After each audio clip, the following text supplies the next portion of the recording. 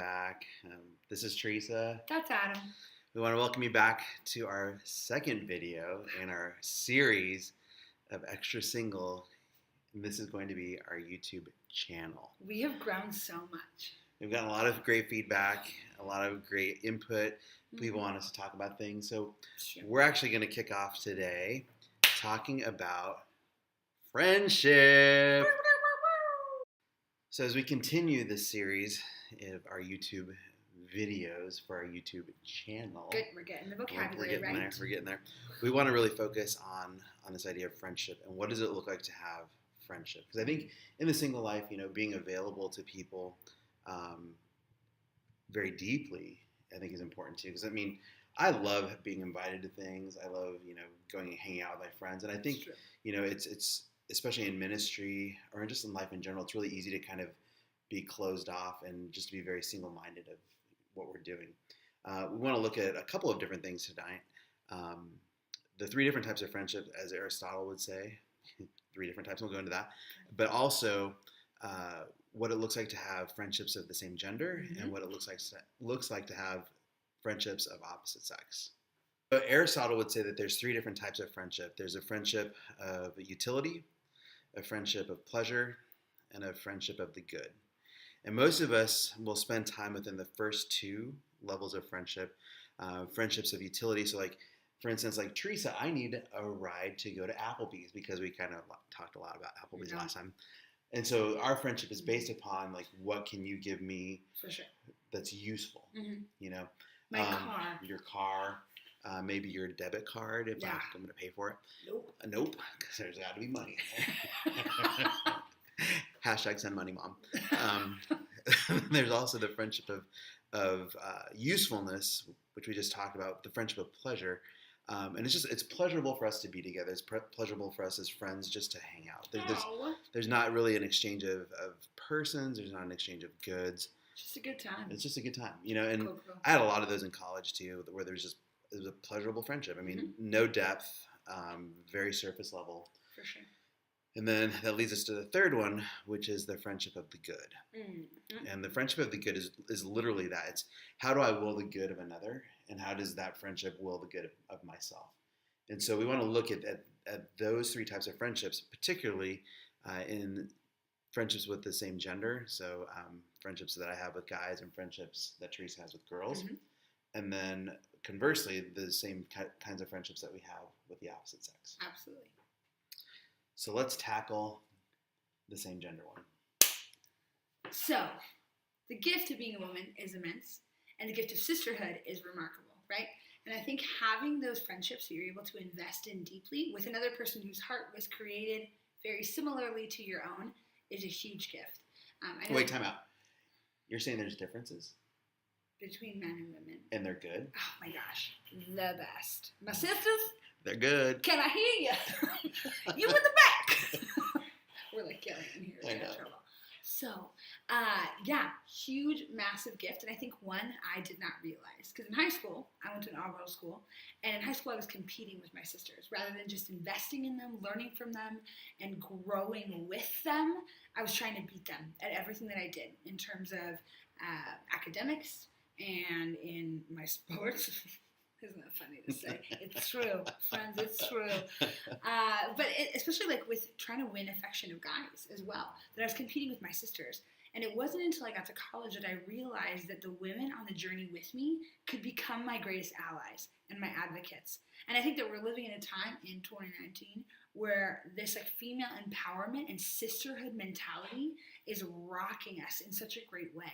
And so I think taking that time to really invest in relationships with other women is pivotal to who you are as a woman or who other women are in your life. I know it's so life-giving and inspiring, and you can't do it alone, right? We need people to partner with us. Yeah, and I think especially for guys, there's such a disconnect, I think, with identity. It's overly masculine, and it's kind of masculinity gone awry. Absolutely. And I really go back to this idea in Proverbs where 27:17 where it says, as iron sharpens iron, so one man sharpens another. And I really look in the friendships in my life, for the men that are in my life, especially that are very close to me, like are they willing to get in my face? Are they willing to challenge me and help me to become better? And it's not in this moment of, well, you're terrible at X, Y, or Z, therefore you're a terrible person. Like they actually, like as a good brother, as the highest form of friendship, they really want and will work for my good. And no matter what that costs. No matter what that cost is. And I mean, there've been moments, I'm sure you've had them too, where you maybe have gone away from a friendship or gone away from a discussion, and you're just like, no, never again, because they called me out of my trash, and they don't really understand me. But as you kind of sat back and really thought about it, humbled yourself, and that's so hard. Yes. It's so hard because we live in a society that is very much telling us to go at your own pace and do whatever is good for yourself. It doesn't matter what somebody says. Live your life. Yeah. And we really need this idea of community and friendship to kind of get through. And I think as you look at this idea of friendship, especially in the Christian life, I know that both of us are in the same mindset that it's just incredibly too hard to be a Christian and to try and do it on your own. There's absolutely no way that you're going to do it. No way. Want a one ticket to fail? That's how you do it. Try to go alone. And so I think these friendships with the same sex, the same gender, are super important. I mean, I love the movie The Lord of the Rings. Oh my gosh! And she's like, it doesn't matter anymore. It doesn't matter, but it does. I just said people haven't seen it. She hasn't seen it. I've never seen it yet. Okay. Yet. Okay. But this tribe of brothers accomplish so much more together than they do apart. And I think both for men and women, that is very true. That is very true. Absolutely. So, conversely, you maybe like us, maybe kind of realizing we are of different genders, And I think that so often we're told when we're extra single that a friendship with someone of the opposite gender can't just be a friendship, right? And we have kind of talked about this maybe before. I don't know.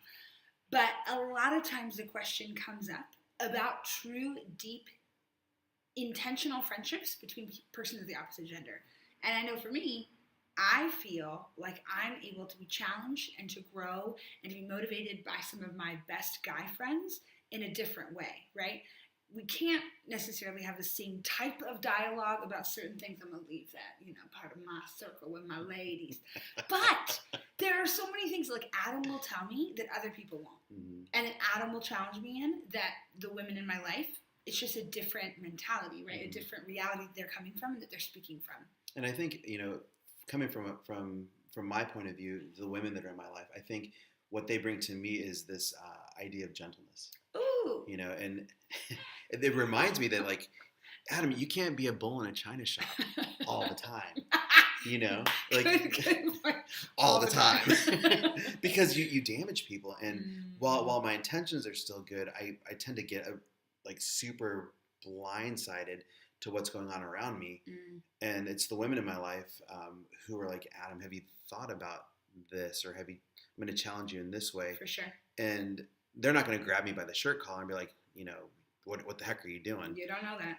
But in the way that, and Teresa, you said this earlier, like women are created in a certain way that complements men and vice versa. And I think like having friendships of the opposite gender is super important. Absolutely. There might be moments where that friendship really challenges you to become, the best version of yourself. Absolutely.